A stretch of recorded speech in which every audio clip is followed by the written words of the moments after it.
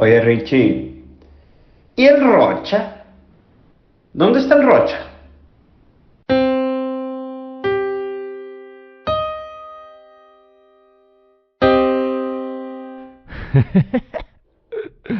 Lo que acaban de escuchar es una nota de voz de un amigo, que fue lo que me respondió un amigo, el Eric Lay, el LA, después de que les puse en un grupo que todas las notas de voz que me manden corren el riesgo de que acaben aquí en el podcast.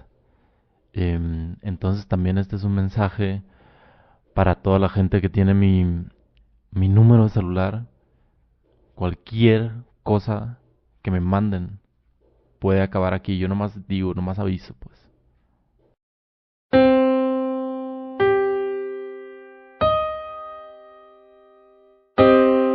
Ay, ay, ay, ay, ay, ay, plebes, plebes. Por fin, de nuevo, otra vez grabando. La neta, extrañaba este espacio, la mera verdad. He andado como medio ocupadillo con otras cosas, porque pues después de todo, esto lo hago un poco por amor al arte y de algo tiene que vivir uno. Entonces he fallado con el cometido de publicar uno cada 2 semanas, pero ya estamos de nuevo aquí, eh, ranteando, platicando. Ha pasado, han pasado muchas cosas, la neta. Eh, y las cosas que me han pasado en las últimas semanas me han llevado a pensar en la manera en que vivo y la manera en que quisiera vivir.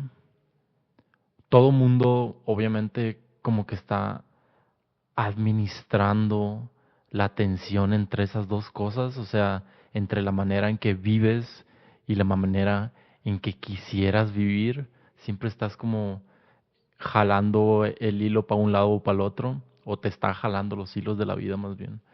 Em, y obviamente lo que yo quisiera con toda mi alma es vivir de la literatura, o por lo menos vivir de algo relacionado con la literatura, cosa que no he podido hacer en mis ya 13 años en el mercado laboral.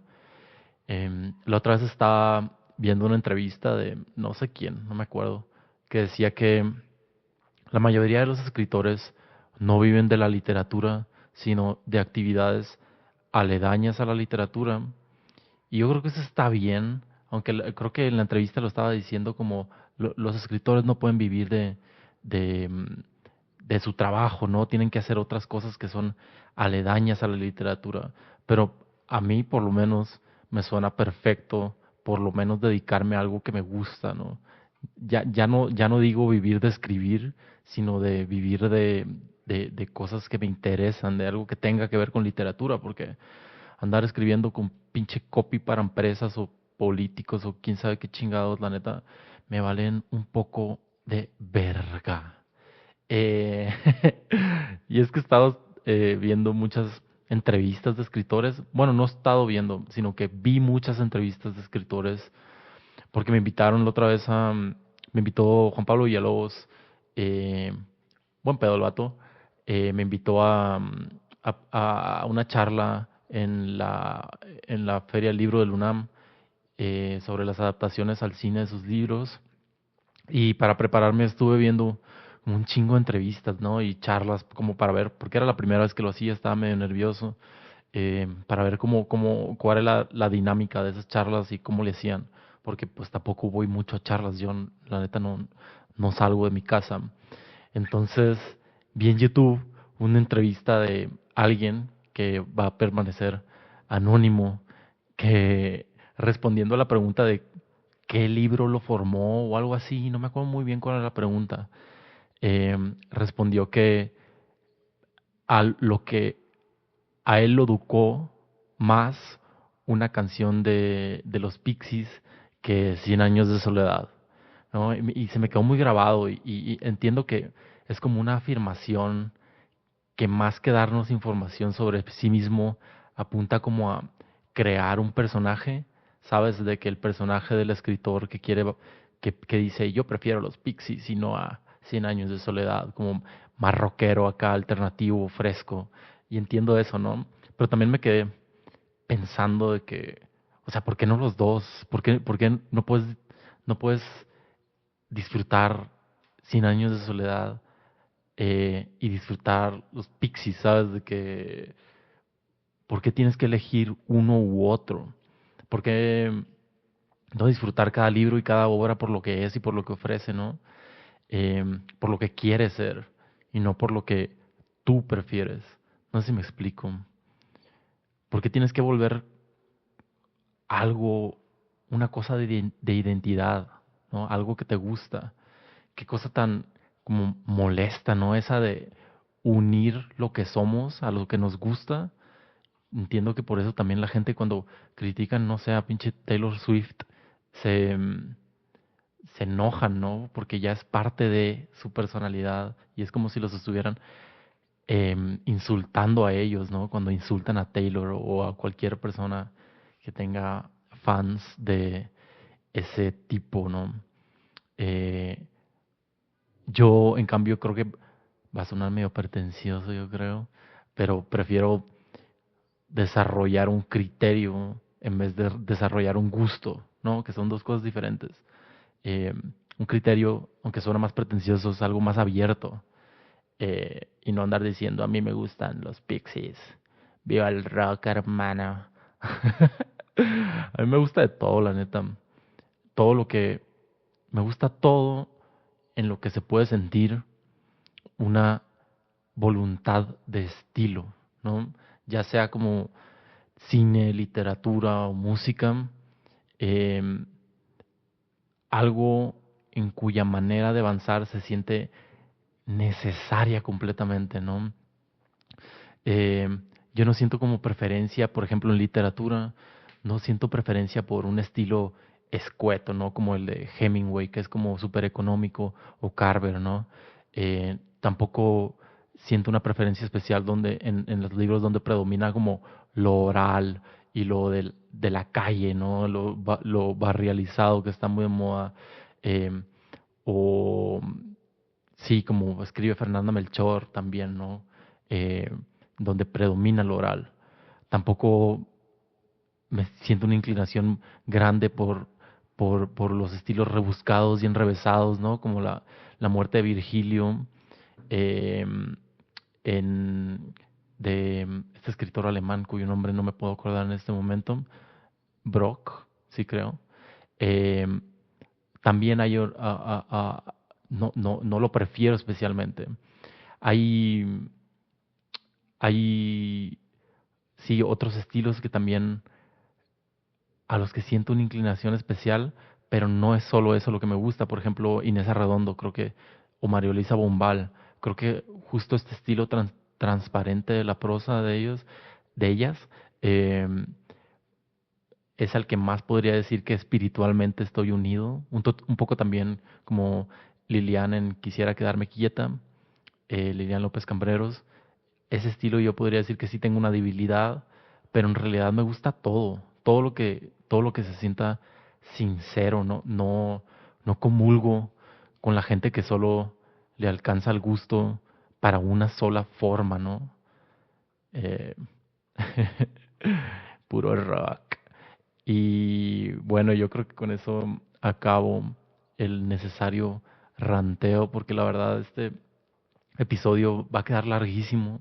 El libro que hoy nos convoca es un libro largo y difícil, em, pero lo bueno es que no estoy solo.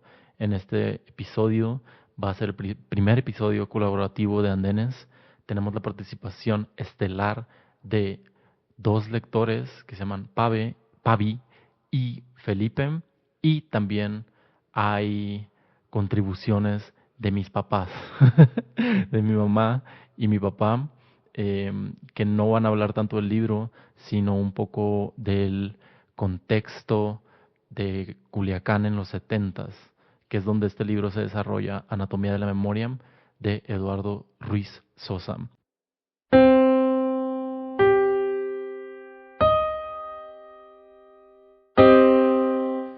Antes de entrar de lleno al libro, creo que es necesario fijarlo históricamente, porque Anatomía de la Memoria sucede en el tiempo presente o un tiempo cercano al presente, es decir, por el año 2010 más o menos, pero trata de la vida y las memorias de un grupo de guerrilleros en Sinaloa en los años 70. Eh, la guerrilla en los 70 es un episodio medio oscuro en la historia de México. Lo conocemos popularmente como la Guerra Sucia, aunque también a lo largo de mi investigación para este libro aprendí que a los académicos no les gusta el nombre de Guerra Sucia, porque como que invisibiliza todos los mecanismos legales y la violencia estatal que se usó para reprimir, o sea, cómo el Estado no solo incurrió en acciones criminales, sino que se adecuó y se transformó a sí mismo con el objetivo de suprimir estos grupos, ¿no? Entonces los académicos prefieren el nombre de contrainsurgencia. Pero bueno, creo que vale la pena pararnos un poco en este momento para contextualizarla históricamente la novela, eh, cuyos sucesos vitales pasan en este periodo, ¿no? De contrainsurgencia o guerra sucia, como prefieran. Entonces, creo que nuestra historia comienza con la creación de una institución. En 1946, el sistema político mexicano estaba en medio de un proceso de desmilitarización. Miguel Alemán, que fue el primer presidente civil, que no era militar, fue el encargado, como por decirlo de alguna manera, de maniobrar el desplazamiento de los militares. Básicamente pactó con ellos un acuerdo en el que los militares iban a estar fuera del escenario político principal y a cambio de eso les dio beneficios económicos, estatus y bla, bla, bla, ¿no? Se me hace importante mencionar esto porque creo que aún ahorita seguimos negociando y repactando con cada sexenio este acuerdo con los militares, este desplazamiento negociado, como le dicen, siempre amenazando, siempre están amenazando con meterse más y más en la política, ¿no? Pero bueno, el caso es que Miguel Alemán, el primer presidente civil, tenía mucha desconfianza de los militares. Entonces decidió crear una institución de seguridad propia, una institución de inteligencia propia, que se llamaba la DFS, la Dirección Federal de Seguridad, con el fin de protegerse y tener una agencia propia de inteligencia independiente de la militar y que le respondiera exclusivamente a él. Posteriormente iba a pasar a Segov, la Dirección Federal de Seguridad, pero en un principio le respondía directamente al director, al director, al presidente. La DFS fue una copia al carbón, básicamente, del FBI. El mismo Miguel Alemán dijo, y esta es una cita directa, que la DFS iba a ser un FBI, pero con guaraches. En el periodo en el que se creó la agencia, la post-revolución, es decir, en 1946, el Estado mexicano estaba pasando como por un proceso de consolidación y modernización política y económica, y esta consolidación fue acompañada por una disidencia política que estaba compuesta fundamentalmente por maestros, campesinos y obreros que comenzaron a ser desplazados de este proyecto modernizador priista. Entonces la DFS, la Dirección Federal de Seguridad, fungió como una suerte de policía política para el control de los movimientos populares y disidentes que nacieron en esta época. En 1946, por ejemplo, fue intervenido militarmente el Sindicato de Trabajadores Petroleros de la República. En octubre de 1948 fueron tomadas por asalto por agentes de la DFS las oficinas del Sindicato de Trabajadores Ferrocarrileros de la República Mexicana. Dice Camilo Vicente Ovalle en el libro del que estoy tomando toda esta información, que se llama Tiempo Suspendido. Él dice: si en la década de 1940 se selló el control sindical.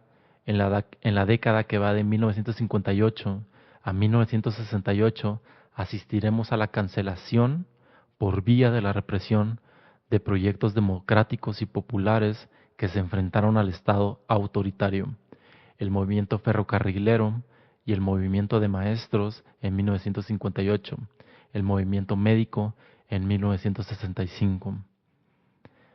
Entonces las labores de los agentes de la DFS se resumían básicamente a esto, que es, se dedicaban la mayor parte del tiempo al espionaje político de los opositores del régimen y de los enemigos que tenía el jefe del Poder Ejecutivo en el interior del PRI.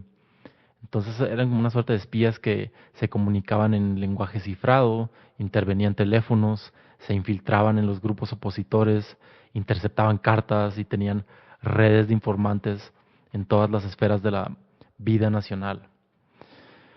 Entonces, después de toda esta represión y persecución, después de que los mexicanos fueron testigos de cómo el régimen trataba a los ferrocarrileros, cómo trató a los navistas potosinos, cómo trató a los campesinos encabezados por Rubén Jaramillo, a quien mataron junto con toda su familia, cómo trataron a los cívicos de Guerrero, al movimiento de médicos del 64 y 65, que todos eran movimientos como democratizantes, que se enfrentaron a este autoritarismo, hizo que alrededor de 1965 algunos de estos grupos disidentes se radicalizaron y llegaron a la conclusión de que las armas eran la única vía para el cambio, que no había otra manera de interlocución con el gobierno. En 1965 sucedió algo que iba a dar inicio al movimiento de guerrillas en México y al mismo tiempo a catapultar la importancia de la Dirección Federal de Seguridad, la DFS. El 23 de septiembre de 1965, un grupo de 13 guerrilleros tomaron por asalto un cuartel militar ubicado en Ciudad Madera, en Chihuahua.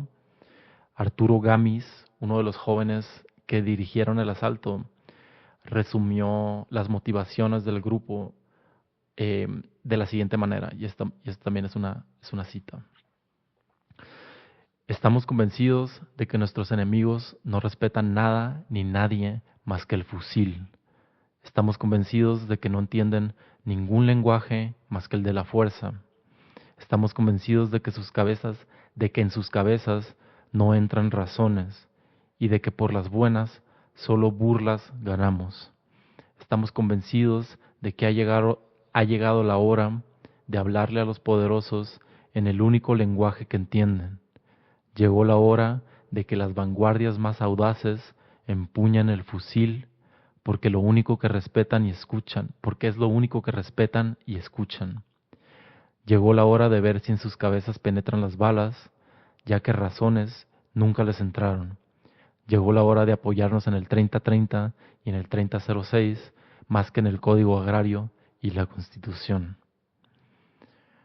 Algo que nunca ha dejado de perseguirme desde que estoy leyendo sobre esta época, después de investigar de todo esto, es lo jóvenes que eran nuestros guerrilleros urbanos, los de Sinaloa, los de Guadalajara, los de Monterrey, que eran como las principales canteras de la guerrilla urbana en los 70s, eran todos estudiantes y profesores de una edad que iba de los 18 a los 24 años, o sea, gente jovencísima y convencidísima, con una suerte de fe y compromiso con la acción política radical que creo que no hemos podido repetir en 50 años de historia.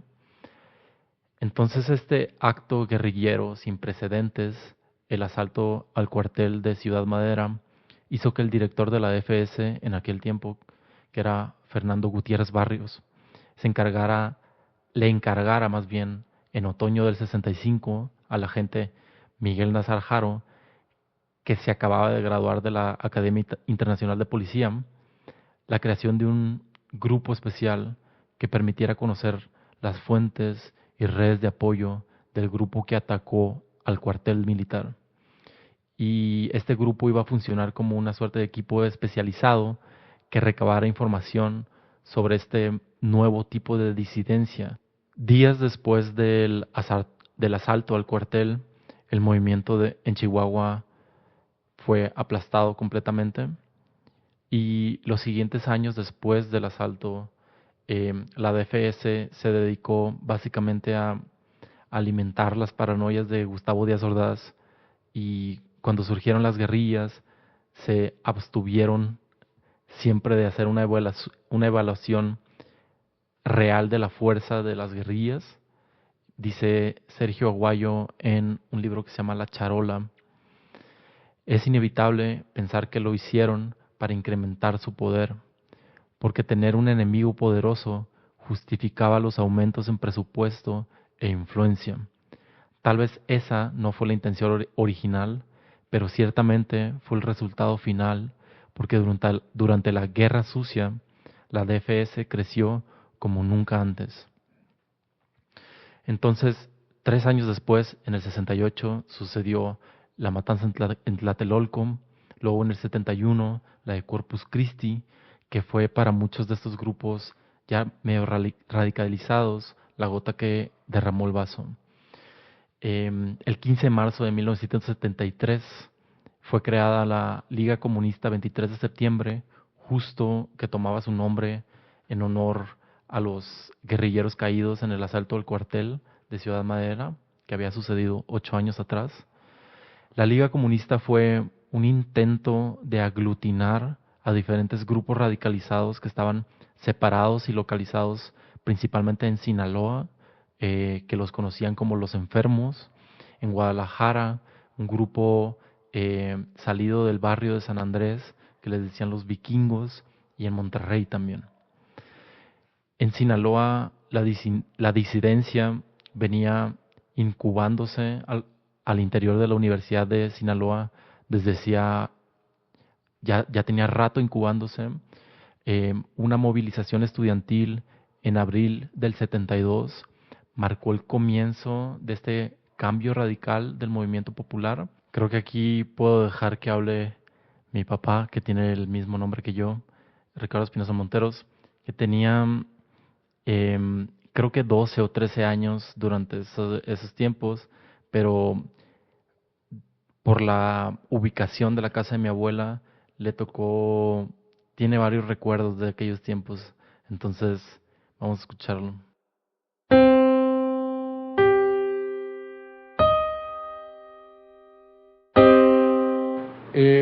A mí me tocó vivir en carne propia, literalmente, porque vivíamos a 100 metros de la universidad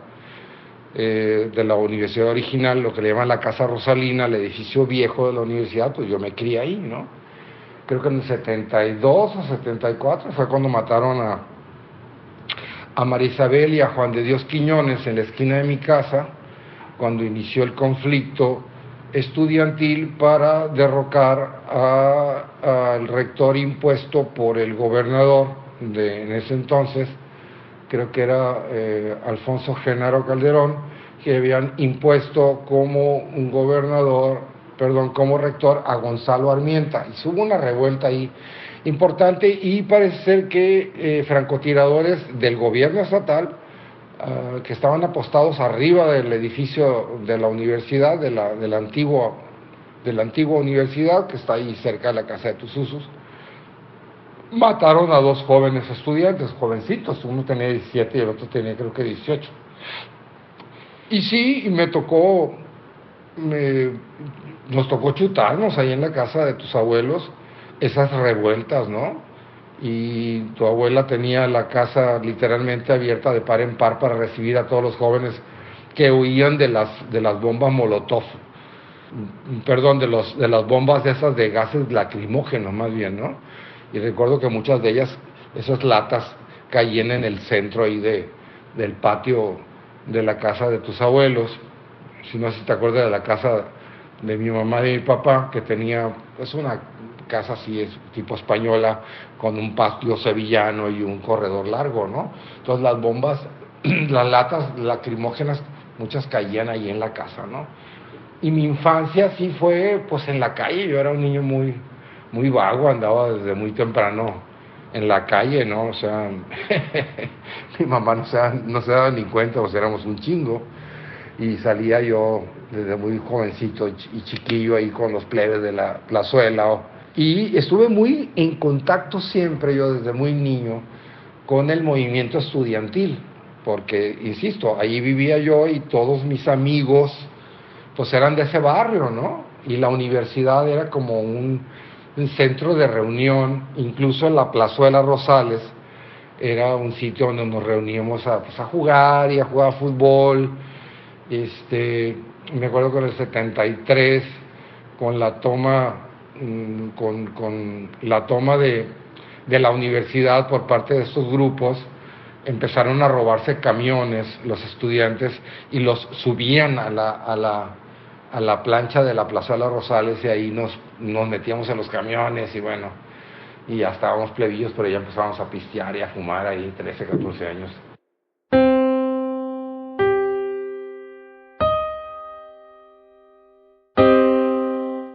Entonces, ¿qué querían los guerrilleros de la Liga Comunista 23 de septiembre? Esto suena como un poco ridículo en estos tiempos en que tenemos tanta como impotencia política, hasta indiferencia y apatía, pero lo que ellos querían y en lo que querían y en lo que creían es hacer la revolución. Así, revolución con letras mayúsculas, es decir, querían un cambio profundo en el régimen político que ellos consideraban autoritario y represivo. Y fue precisamente en el Valle Agrícola de Culiacán en donde tuvo lugar la mayor acción insurreccional de la Liga. El 16 de enero de 1974, los guerrilleros que habían estado haciendo labores de propaganda por todo el campo agrícola llevaron a cabo una acción insurreccional que fue conocida como el Asalto al Cielo, en el que movilizaron a miles de personas en una jornada de activismo, hostigamiento y enfrentamientos con la policía. En los campos agrícolas se paralizaron las actividades, se sumaron jornaleros y campesinos, quemaron bodegas, destruyeron maquinaria y también pues se enfrentaron a los policías y a las guardias blancas. En la ciudad de Culiacán, además de como ataque de negocios, quema de camiones, hubo una movilización masiva de estudiantes que lograron sumar a varios contingentes de obreros de construcción, al paro de labores y en acciones de agitación. No hay un registro consistente sobre el número de personas que participaron, pero tanto la prensa como los testimonios dicen que fue algo masivo y se calcula que fueron alrededor de 15,000 o 18,000 los insurrectos.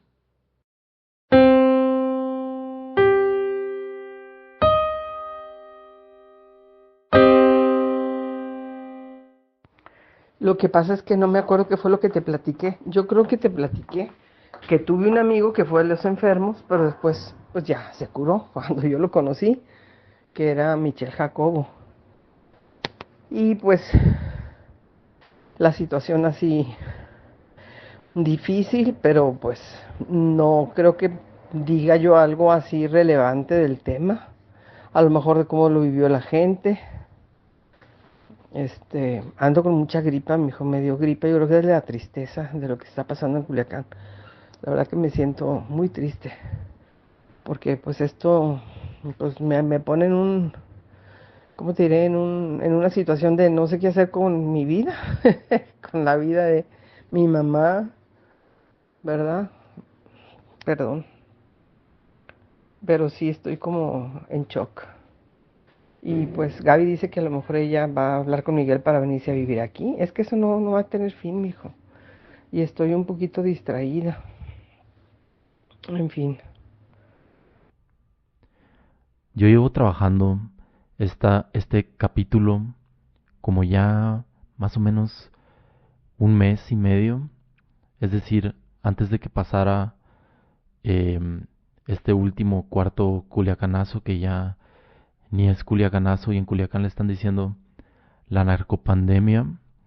Y no sé si es como un acto divino el hecho de que me haya tocado justo comentar esta novela en este contexto de ahorita, porque esta novela es una de las pocas novelas que creo yo que no te presentan una historia despolitizada de la violencia en México. Pienso un poco en Fernanda Melchor, que me gusta Temporada de Huracanes, pero es una versión en la que esta violencia tan gratuita y fascinante para los autores, que es como una suerte de caldo de cultivo para su prosa, siempre te la presentan sin las raíces históricas y sin presentarte tampoco el papel del Estado, cómo la violencia que ejerció el Estado en los años 70 se relaciona con la violencia que está ejerciendo ahorita. Y por eso me gusta tanto Anatomía de la Memoria, porque no es una versión despolitizada ni ahistórica de la violencia. Siempre me ha parecido curioso, por ejemplo, que en Sinaloa a los guerrilleros de los 70 les decían enfermos, o sea, tenían la enfermedad. Y yo cuando estaba adolescente, cuando vivía en Culiacán, les decíamos nosotros enfermos a, a la raza malilla, ¿no? A la gente que le gustaba juntarse pues con otros enfermos, y la enfermedad le decíamos pues a la raza que le mamaba escuchar corridos y sentirse poderoso acá, que no, pues yo me llevo con este güey y este vato no sé qué, está bien pesado. La raza que se metía pues a eso, que le gustaba el ambiente, la enfermedad, pues. Em, Siempre me ha parecido muy curioso ese contraste, porque es la misma palabra, pero el significado es casi oximorónico, ¿no? Uno se refiere a una enfermedad política y una radicalización política, y el otro es una radicalización capitalista, ¿no? Como necrocapitalista. Pero bueno, yo podría alargarme y alargarme sobre las acciones cuestionables u honorables, dependiendo de quién lo vea, de los guerrilleros de comunistas de los 70s, tuvieron muchos errores, muchos triunfos, muchas tragedias. Hay muchas historias y testimonios alrededor de ellos. Creo que voy a dar una pequeña bibliografía en el tweet en el que publiqué esto. Pero lo único que quise hacer con esta introducción es como abrir una ventana, ¿no? Y dar un vistazo al ambiente, a la atmósfera en la que se desarrolla esta novela. Eh, E introducir a los personajes principales, ¿no? Que son los guerrilleros y los agentes de inteligencia, que muchas veces en ese ambiente tan cerrado y medio esquizoide, unos se confundían con otros. Pero sí, este no es un podcast de historia, sino sobre anatomía de la memoria de Eduardo Ruiz Sosa.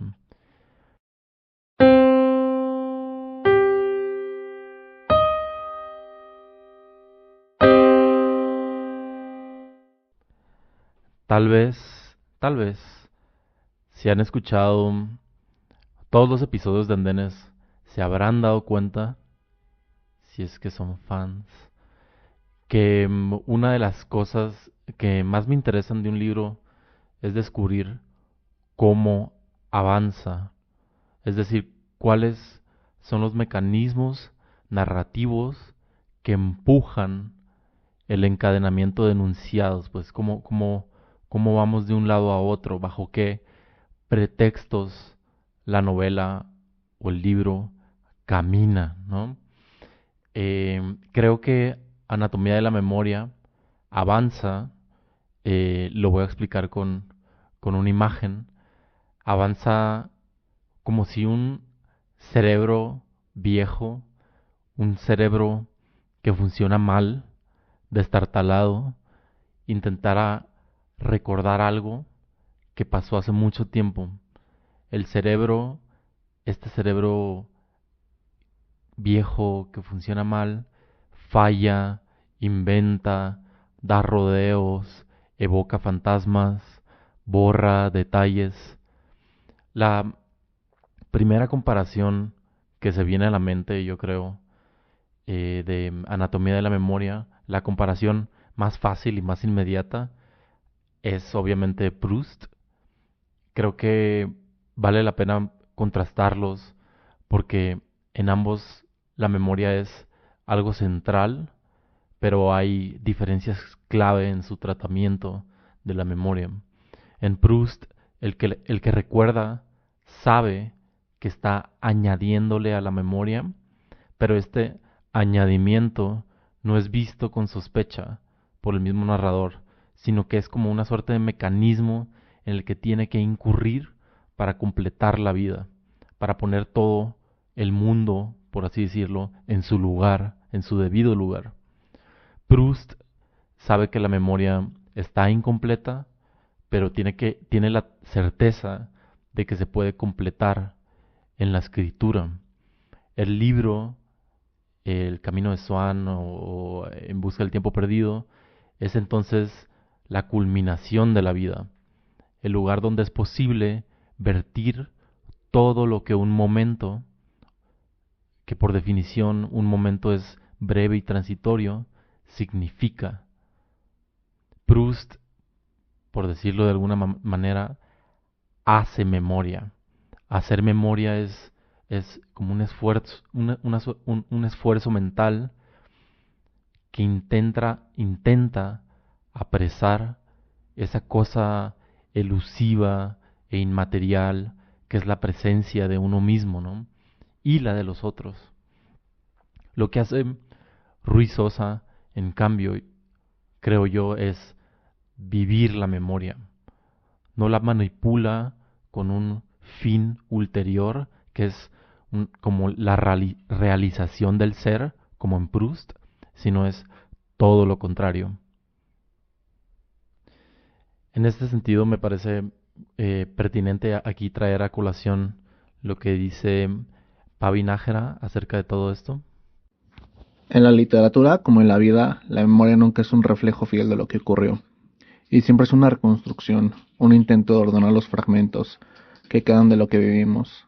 Esto es lo que Ruiz Sosa hace en Anatomía de la Memoria, donde los recuerdos, a menudo distorsionados, fragmentados y borrosos, se mezclan con la realidad para crear una narrativa que parece desmoronarse constantemente. Como dice John Alejer, no hay manera de describir el pasado sin mentir, y esta es la idea central para comprender lo que sucede en esta obra. La memoria no es algo que a veces parece inventado, sino que en su esencia es una ficción. Me acabo de dar cuenta que tengo 38 minutos de grabación y no he ofrecido ninguna síntesis de lo que trata el libro, o sea, de la historia, y siempre me da hueva eso y estoy eludiéndolo constantemente, pero bueno, es algo que hay que hacer. Entonces, vamos a deshacernos de esa exigencia. Básicamente, Anatomía de la Memoria trata de un escritor que se llama Astiarte Salomón, que está escribiendo una biografía sobre Juan Pablo Orígenes, que fue un guerrillero enfermo, de los enfermos en los 70s, y le encargan un personaje que se llama algo Ritz, Germán Ritz, o no me acuerdo. Le encarga la escritura de este libro un burócrata, pero poco a poco se va convirtiendo el libro no en la historia biográfica de Juan Pablo Orígenes, sino como una suerte de polifonía biográfica de todos los enfermos y de todas sus historias. Y está escrita en el presente cercano, o sea, en el 2010, por ahí ubicamos, son como 40 años después de las guerrillas, pero todo trata sobre aquella época, ¿no? Todos los personajes se la pasan recordando mal todo lo que sucedió, pensando que unos están muertos y que otros no, cuando otros están vivos y estos están muertos, confundiendo identidades. Es un desmadre memorístico, pero sí, es básicamente de lo que trata, de lo que es. Lo siguiente es lo que Felipe, nuestro otro colaborador, opina acerca de esto. No estaba preparado para este momento, pero ahí voy. Yo pienso que el argumento principal de la novela es la manifestación de la memoria. Entonces, la manifestación de la memoria no es igual en cada momento del tiempo, en el sentido en que no tenemos recuerdos perfectos y no manejamos una memoria fotográfica, ni recordamos completamente lo que sucedió tal cual. Simplemente se manifiesta la memoria con base, pues, en nuestro sentido de pensar, pero también, sobre todo, como en nuestro sentido de, más que de pensar, como en la circunstancia en la que uno esté. Entonces yo siento que cuando hacen todo el ejercicio de tratar de reconstruir la biografía del Señor, Orígenes, hay diversas manifestaciones de esa memoria, por eso no es perfecta y en algunas cosas es muy lúcida, pero en otras cosas es muy borrosa. Entonces, el autor bueno, a mi parecer lo intenta como que manejar así. Hay un momento en el libro en el que Eduardo Ruiz Sosa escribe: no existe la maldad, existe la manifestación de la maldad, como tampoco existe la memoria, sino la manifestación de la memoria. El libro es el lugar donde la memoria se hace cuerpo. Y se va repitiendo y repitiendo esta idea y como ahondando de manera circular, que la memoria y que el libro están encadenados. Hay otro momento en el que dice que el libro es la prótesis de la memoria. Y me parece que esta imagen es muy explicativa como de la perspectiva que tiene este libro de la memoria, que en Proust no sería una prótesis, sino sería su culminación. Aquí es una prótesis, ¿no? Es algo fallido, es algo eh, que está sustituyendo un miembro sano, que estaba sano y enfermó, ¿no? Entonces es producto de cierta toxicidad del cuerpo, ¿no? De cierta desgaste del cuerpo que expele el libro, pero el libro no es esta cosa pura, sino más bien es una prótesis, ¿no? Algo que nos ayuda a caminar y lo hace ahí más o menos, pero no tanto. De nuevo, aquí va una intervención de Felipe. De la estructura de la novela, siento que el autor lo maneja de manera muy exquisita, en el sentido de que va buscando esta metáfora o esta analogía, esta correspondencia con un modelo anatómico, pero pues es un modelo anatómico poco usual porque la memoria no es un cuerpo humano, la memoria no es algo tangible, digamos, ¿no?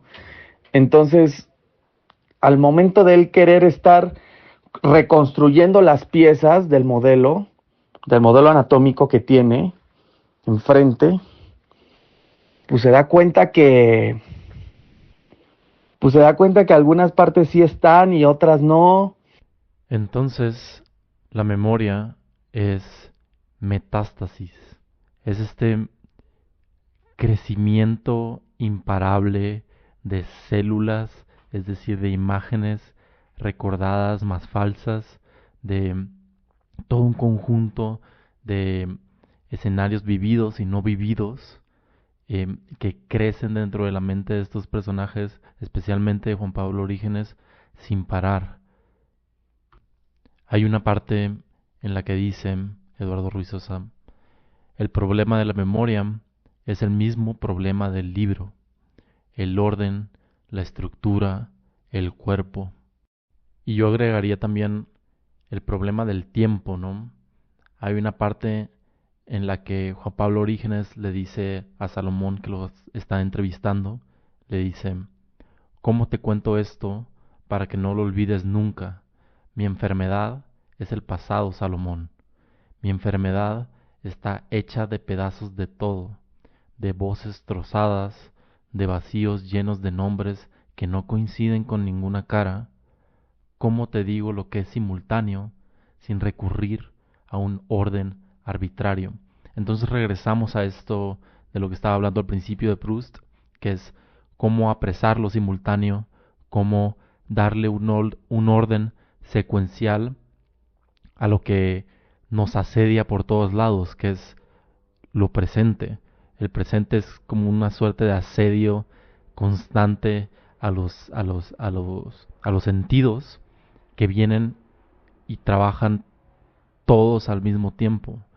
Ahorita, por ejemplo, yo estoy sentado en mi cuarto con la Bonnie, mi perrita, dormida en mi, en mi cama. Tengo una taza de café en la mano. Estoy viendo mi computadora, leyendo las notas que tengo aquí, pero eso todo está sucediendo al mismo tiempo. Y cuando yo lo dije, tuve que recurrir a una forma secuencial, ¿no? Primero esto y luego esto. Pero en realidad todo es al mismo tiempo. Ese es el problema principal al que se enfrentan toda la gente que quiere narrar, ¿no? En especial narrar las percepciones y los sentimientos íntimos de los personajes. La verdad me sorprendió para bien. O sea, muy poco convencional la escritura, la estructura y al final logra lo que pretende, siento yo, que es mostrar diferentes formas de manifestación de la memoria y en un proceso bastante complejo y bastante ignorado por el tema histórico, ¿no? Digámoslo, tema histórico oficial. Aquí, perdón, creo que se escucha la lavadora de mi vecino, pero pues no puedo hacer nada al respecto. Aquí creo que vale la pena traer a colación un libro de una escritora que a mí me gusta mucho y que deberíamos de leer más y conocer más, porque nadie la lee ni la conoce, creo, según yo. Por lo menos no he conocido a nadie que la lea. Se llama Nora Strehilevich, que tiene un libro grandioso que se llama Una sola muerte numerosa, que es sobre un libro testimonial sobre la dictadura y las desapariciones en Argentina durante el tiempo de Videla. Pero también ella tiene un libro que se llama El lugar del testigo, escritura y memoria, en donde habla de todas estas cosas, de la historia oficial contrapuesta a los testimonios personales, ¿no? Y lo que dice ella al respecto creo que es bastante revelador. Dice, estos libros, o sea, los libros testimoniales, no vienen a hacer un relevo de datos ni a reconstruir la verdad de lo que pasó. Los testigos rememoran desde su presente y al hacerlo descubren nuevos aspectos de la lógica letal que sigue primando en el mundo contemporáneo. Cada testimonio viene a retrucar y a desafiar con sus armas, que son sus letras, el atentado perpetrado por la humanidad contra sí misma.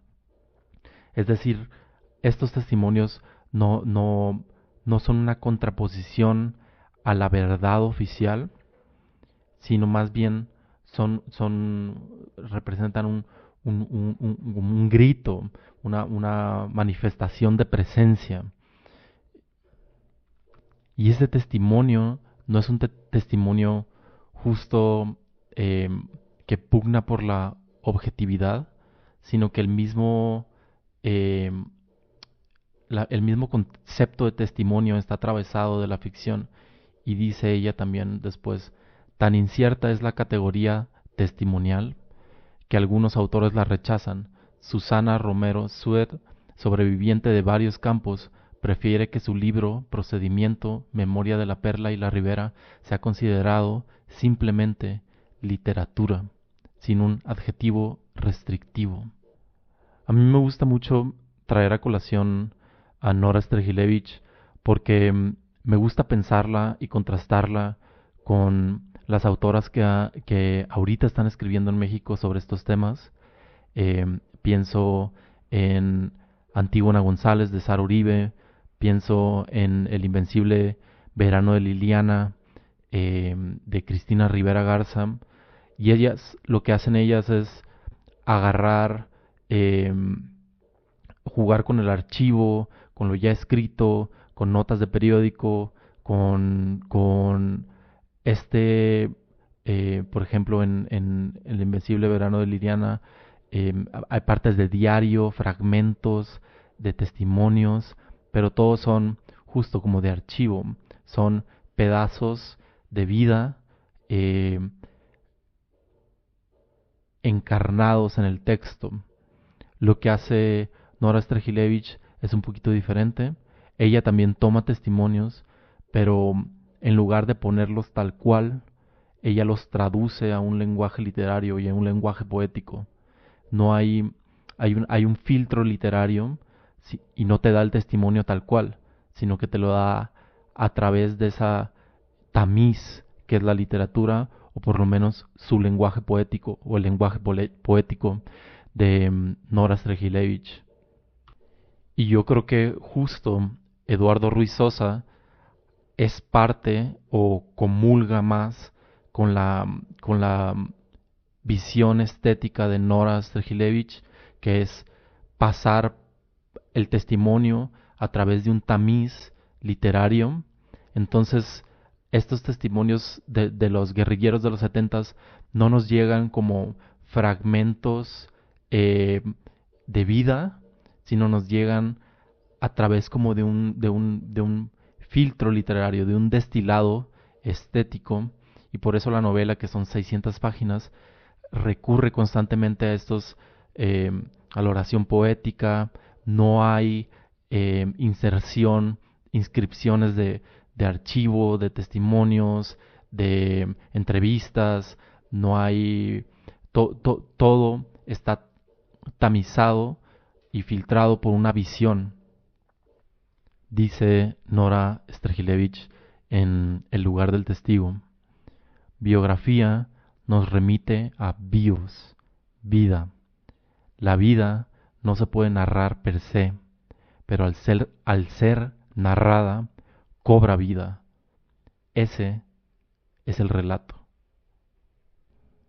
Y es el relato también de Anatomía de la Memoria. Creo que es una respuesta directa a esta pregunta que plantea. Voy a volver a citar a Nora Strehilevich en el mismo libro. Dice ella: ¿cómo enlazar ese pasado atroz que persiste en pesadillas, en flashbacks, en el inconsciente, con el presente de la narración? ¿Cómo traducir ese universo íntimo? ¿Cómo compartir eso que pertenece al lamentable bagaje de la humanidad con quienes, en su mayoría, prefieren ignorarlo? Y la respuesta, tanto de Nora como de Ruiz Sosa, es ahondar en el artificio. Sigue en la misma cita del mismo libro: una duda me asalta sobre la posibilidad de contar, no porque la experiencia vivida sea indecible, ha sido invivible, algo del todo diferente, como se comprende sin dificultad, algo que no atañe a la forma de un relato posible, sino a su sustancia, no a su articulación, sino a su densidad. Solo alcanzarán esta sustancia, esta densidad transparente, aquellos que sepan convertir su testimonio en un objeto artístico, en un espacio de creación, únicamente el artificio de un relato dominado conseguirá transmitir parcialmente la verdad del testimonio.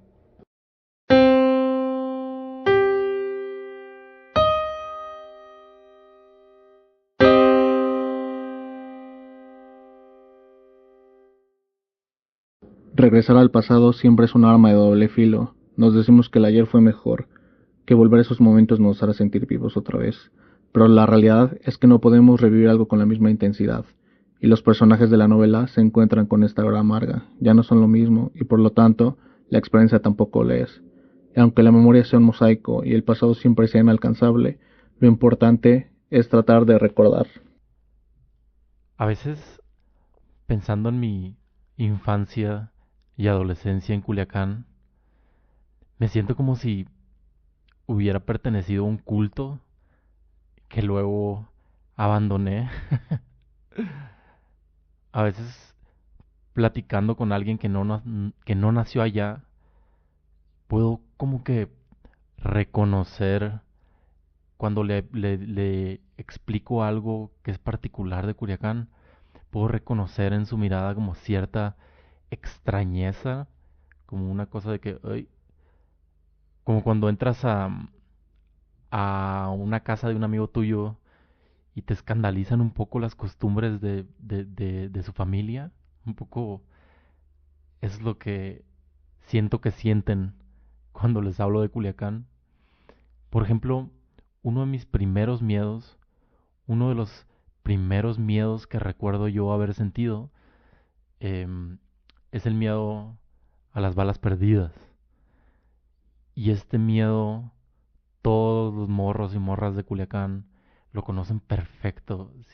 O sea, todo el que creció en Culiacán creció con ese miedo porque creces con historias de que tal o cual persona se murió por una bala perdida en Año Nuevo y no sé qué. Em, y luego, el 1 de diciembre, salías al patio de tu casa o a correr al botánico o a cualquier lado y no era raro encontrarte de que un casquillo ahí tirado en la calle. Entonces era algo real. Y esa, creo que intimidad y reconocimiento es la primera vez que me pasa en el libro de cualquier autor, que tengo como un acceso privilegiado al código como de su educación o como a ciertos símbolos que compartimos toda la gente que crece en Culiacán, los arrayanes, los mangos, los ríos, las águilas, que es un lugar en Altata, la plazuela Rosales, Orabá, la isla de Orabá, que todas salen en esta novela y están codificadas. Por ejemplo, em, no se nombra Culiacán como Culiacán, sino es Orabá.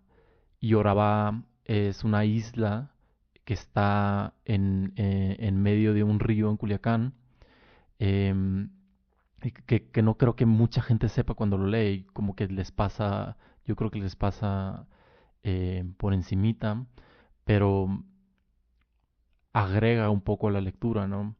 Si hablas de Orabá como una isla, hablas de Culiacán también como una isla, como una suerte de sociedad em, separada de los demás. Y en el libro hay el personaje, el narrador más bien, Estiarte Salomón, está escribiendo esta biografía de Juan Pablo Orígenes. Al principio no, como que no sabes muy bien por qué. Luego vas encontrando las razones de por qué él está obsesionado con esto. Y es porque quiere reconciliar, o creo, eso es lo que yo pienso, quiere reconciliar como la violencia del pasado con la violencia que está sucediendo en ese momento en Culiacán, que son dos tipos de violencias diferentes. Em, y aparte tiene una, un- una deuda, yo creo, pendiente con esa cuestión, porque a su hermano justamente lo mató una bala perdida. Y en el desarrollo de la novela sucede algo curioso, que es que Estiarte Salomón, el joven que está escribiendo sobre los enfermos, sobre estos viejos guerrilleros, conforme va empujando a los enfermos a contar su historia, él mismo se va contagiando de la enfermedad, empieza a hacerse parte de ellos. Como que al llenarlos de preguntas, Estiarte despierta en ellos la memoria, y cuando despierta la memoria, vienen los deseos también. No los deseos del presente, sino lo que deseaban ellos en el pasado. em, el deseo de antaño, el deseo radical del cambio, el deseo de la revolución, el deseo de cambiar la sociedad. Y es eso, ¿no? Em, Creo que en el fondo hay en la novela una nostalgia de esa intensidad, una nostalgia del compromiso, de unos morros y morras también, porque había varias morras, unos morros y morras locos y locas que decidieron que iban a cambiar el rumbo del país.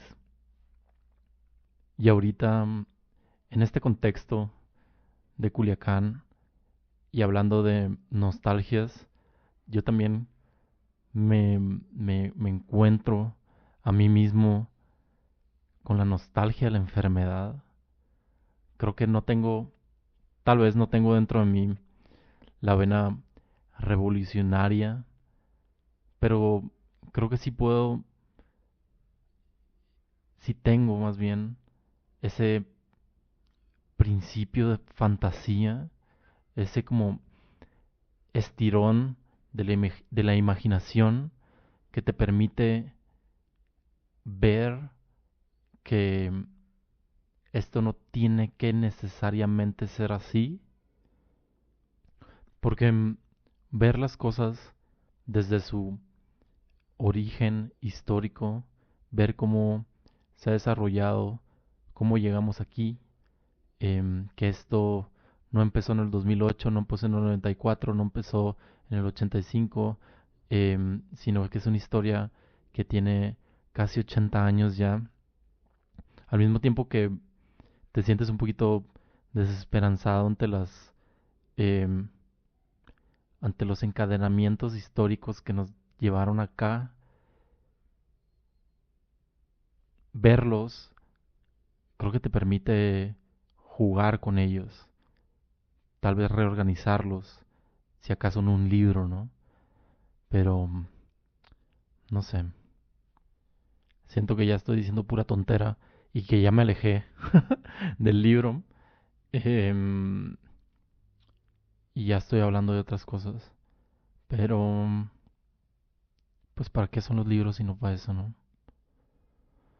Ah, creo que me voy a ir así. Creo que no va a haber gran final. Creo que hasta aquí llegamos. ¿Sí? Creo que sí.